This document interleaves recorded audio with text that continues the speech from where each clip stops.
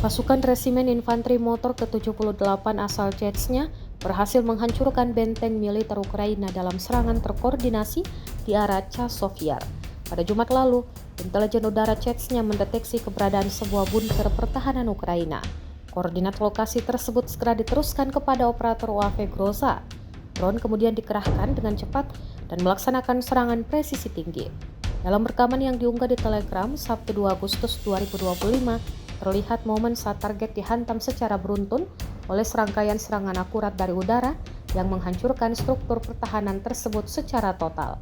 Serangan ini menandai efektivitas kolaborasi antara unit intelijen dan unit drone tempur Rusia dalam melumpuhkan titik-titik strategis Ukraina di garis depan.